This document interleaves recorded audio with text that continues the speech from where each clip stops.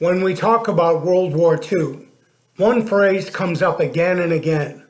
America was the arsenal of democracy, and it wasn't just a slogan. It was a fact. The United States outbuilt the Axis powers by staggering margins. Tanks, trucks, ships, rifles, artillery, and aircraft poured out of American factories at a pace the world had never seen. But that was then. What about now? Click the like and subscribe buttons below. It costs you nothing and really helps our channel to continue. In a world of drones, satellites, lasers, and precision-guided missiles, is America still the unmatched industrial giant of global warfare? Or has the nature of modern weapons and the complexity behind them changed the equation? Today, we're comparing America's wartime production capacity in World War II with its ability to produce weapons of war in the 21st century.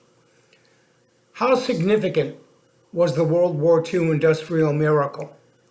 During World War II, American industry didn't just expand, it transformed. Car companies became tank companies. Typewriter factories made rifles. Refrigerator plants built aircraft engines. And the scale was breathtaking. The U.S. produced 300,000 aircraft between 1940 and 1945. Over 100,000 tanks and armored vehicles rolled off assembly lines. American shipyards built 2,700 Liberty ships, sometimes launching one every few days. The U.S. manufactured over 2 million trucks, supplying not only American forces, but also the British and the Soviets. This wasn't just production, it was mass production. Standardized designs, simplified parts, and enormous assembly lines allowed the U.S. to overwhelm the Axis with sheer quantity. American industry was the decisive weapon of the war. As one German officer famously put it, the Americans have more machines than we have men.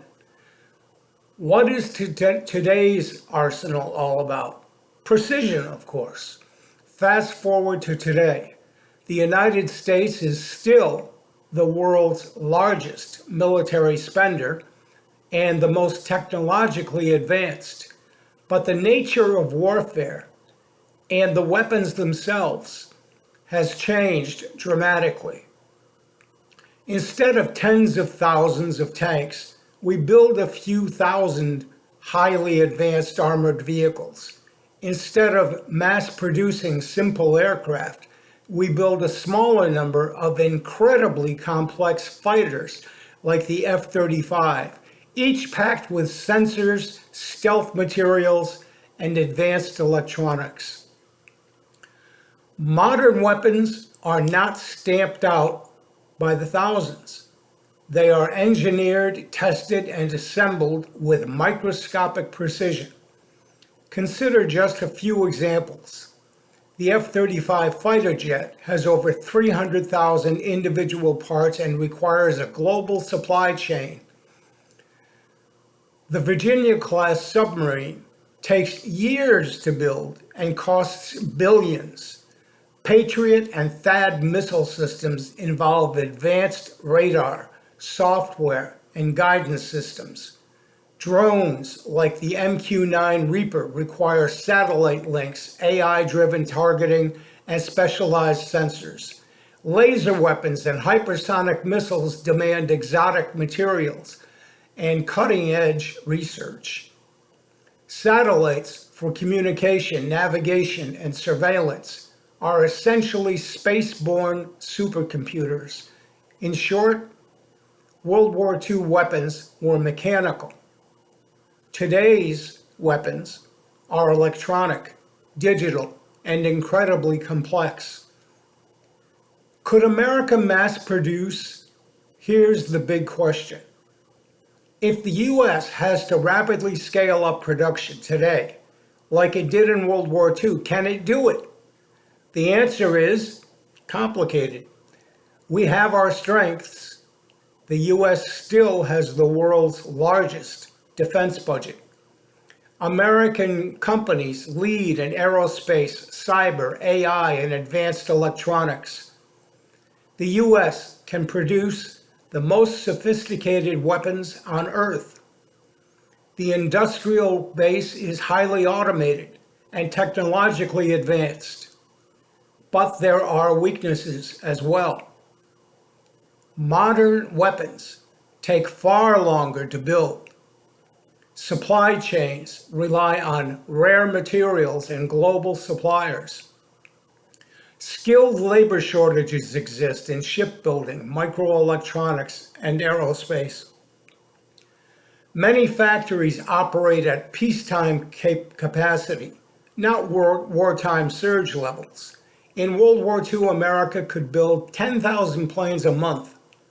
Today, building 100 advanced fighters a year is considered a major achievement. Quantity has been replaced by quality.